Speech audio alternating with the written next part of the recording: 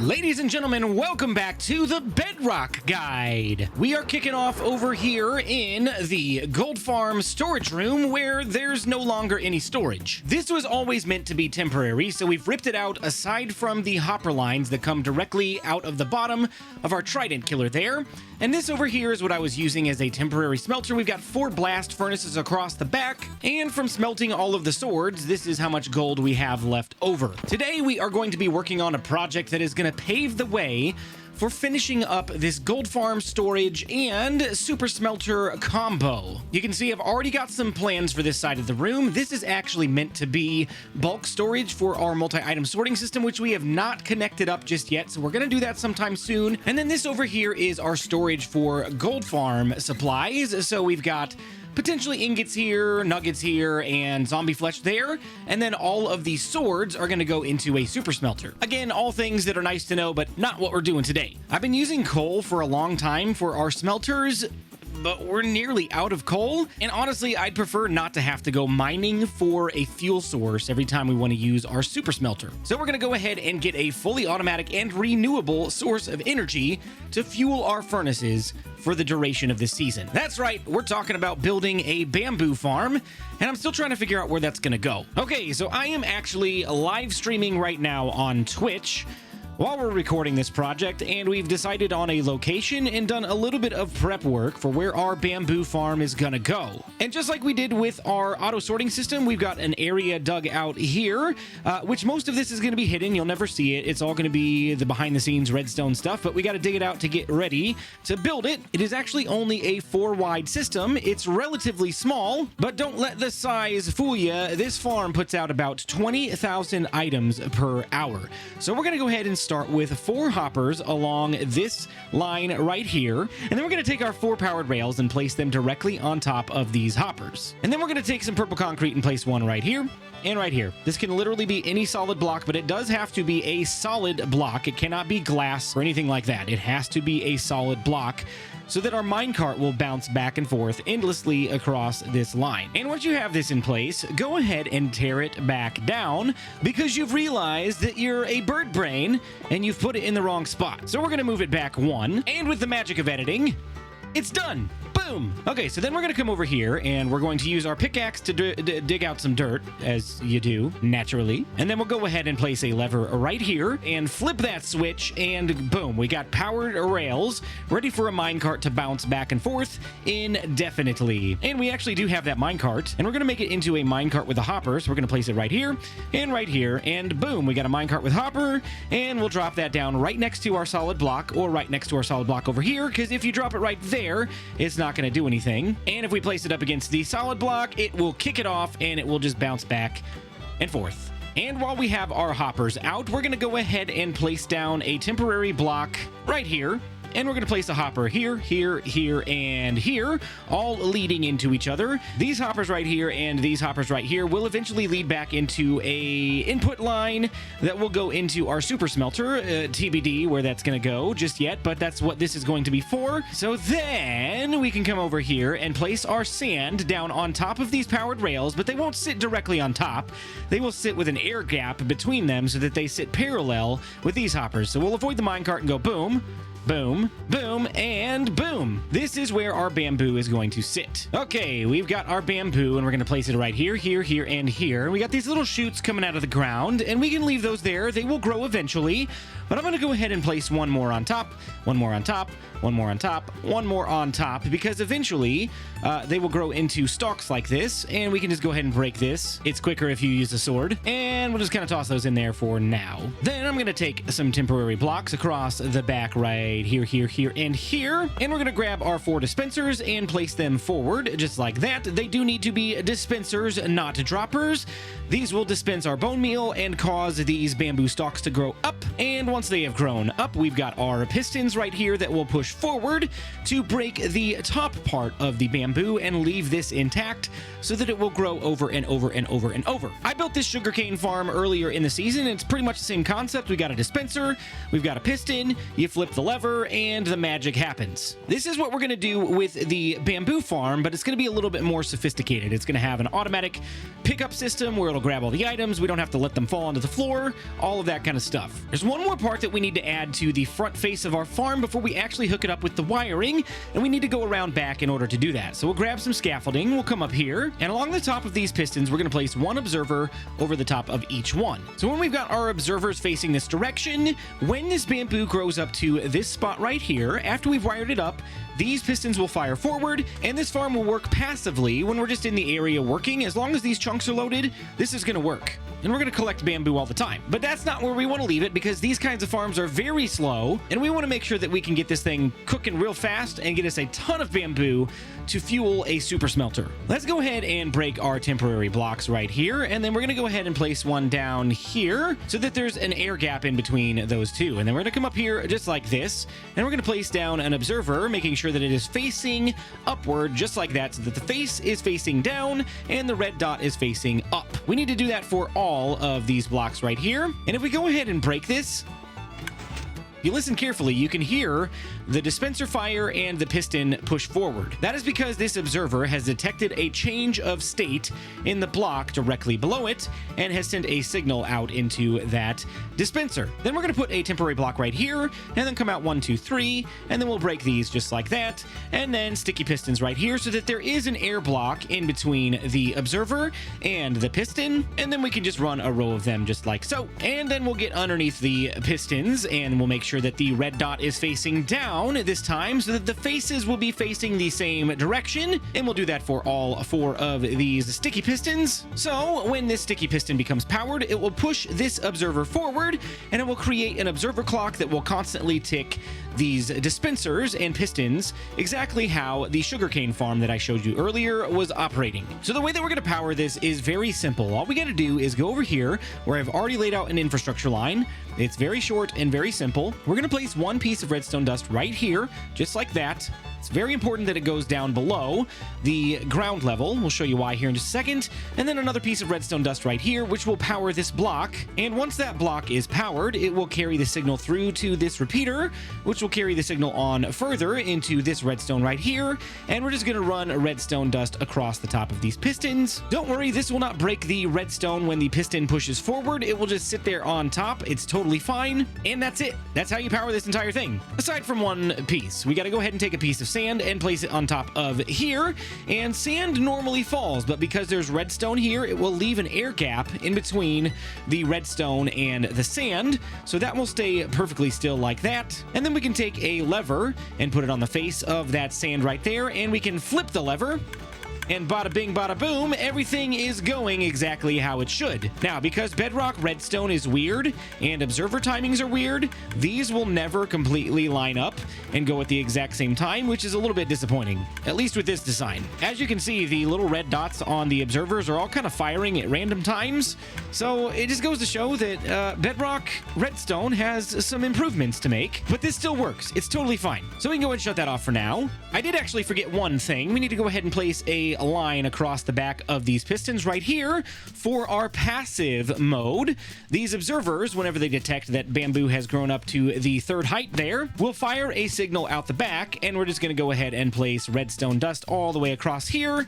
And it doesn't matter which observer detects this, it will fire all of them at once. So if we happen to place a piece of bamboo on here, act like it's grown up to the top, there you go. All of them fire, and all of the bamboo is broken. And because we don't want to have to load these dispensers manually, we're going to go ahead and put a hopper line into the back of each one of these, and then we'll put one right here, and then we're going to come up one and put a distribution line onto the top of this. So we'll put one facing down because this will be the end of the line, and then we'll do one here, and right there, and then we'll just kind of follow this all the way out to a point where we'll have an input chest and a way to load up our bone meal. And then we're going to take our infrastructure blocks and place a line all the way across the bottom row of hoppers just like this. We don't really need one here. We'll break that back out. Actually, we'll probably need that there in a second. Never mind.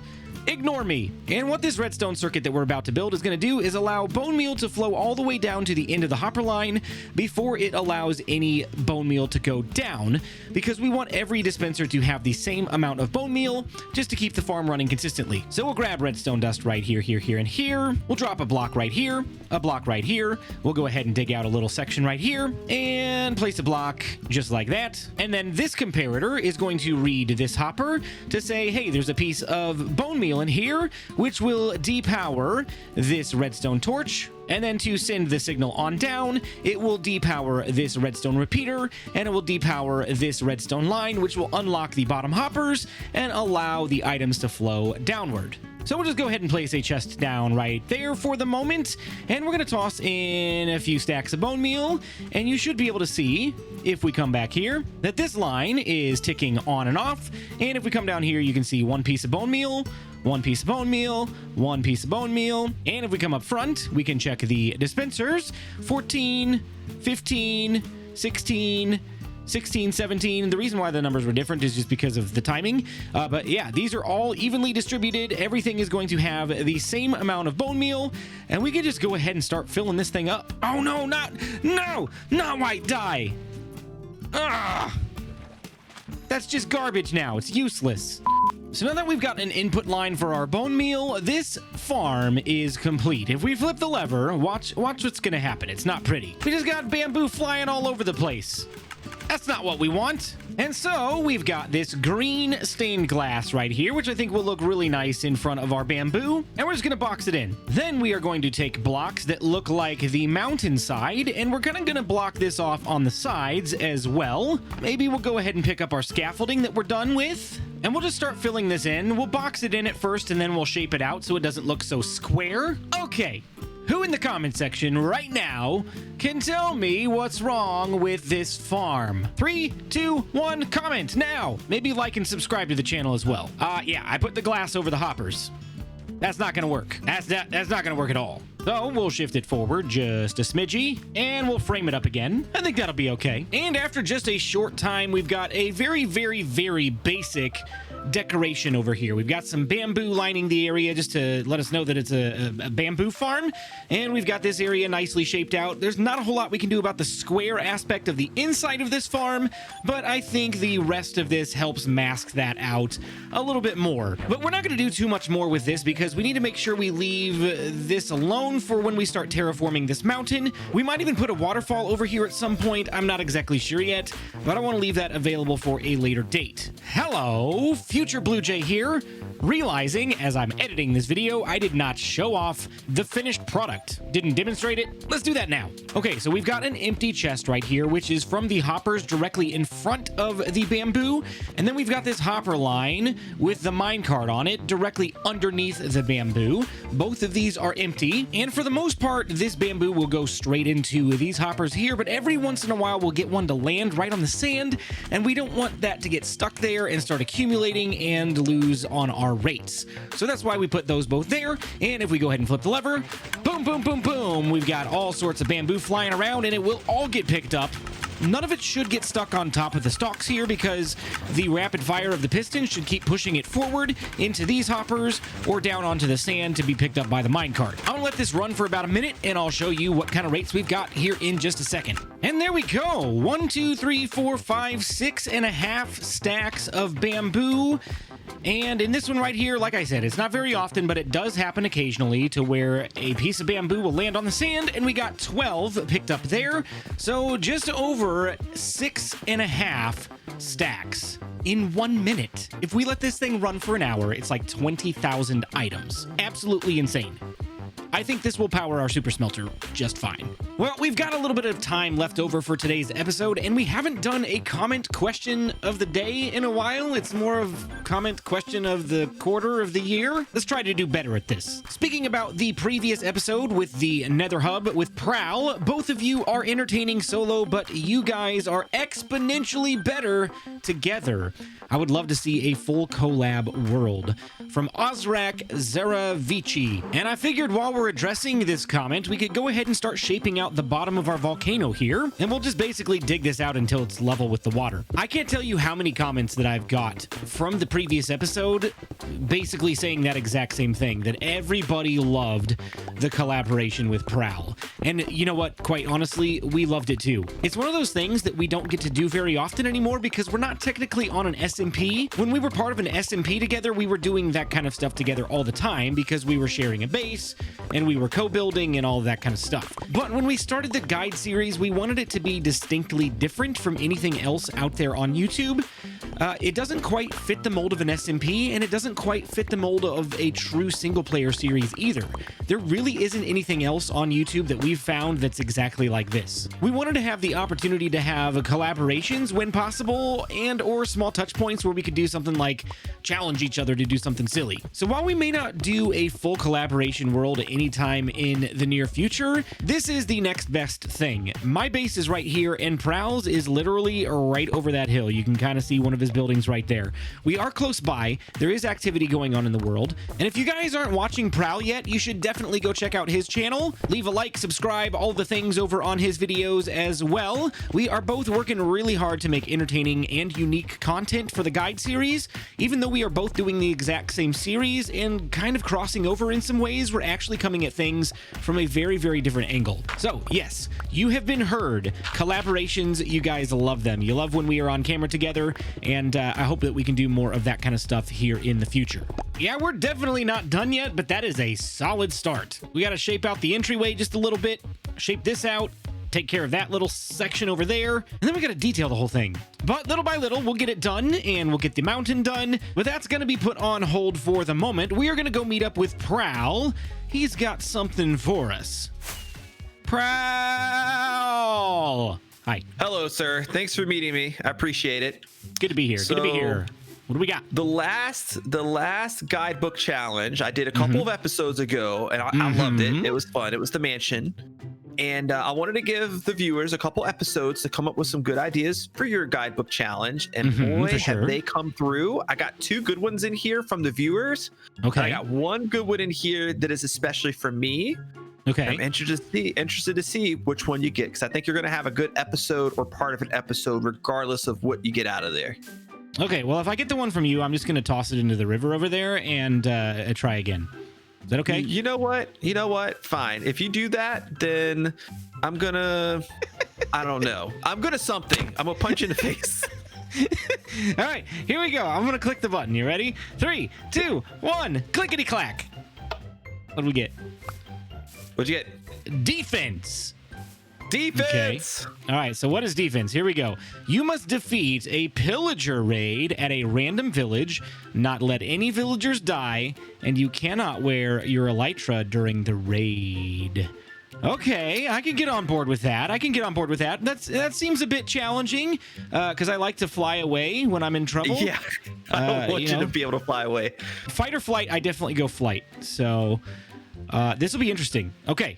I'm down. All right. What's that one? I wanted to show you this one really quick. This was the special one for me. Okay. That I'll either recycle it and put it in again. Pickles? Pickles? That sounds like a stupid name for a cat. What? Nah, bro. It's Rugrats over here. Okay, here we go. What do we got? Make a fast AFK sea pickle farm to light up your ocean floor. Ooh.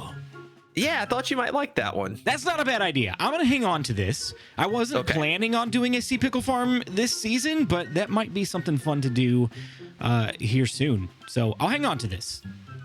Okay, well, I cannot wait to see it, everybody. Make sure you check out Blue Jay on the Guidebook Challenge. It'll be coming up in an episode soon.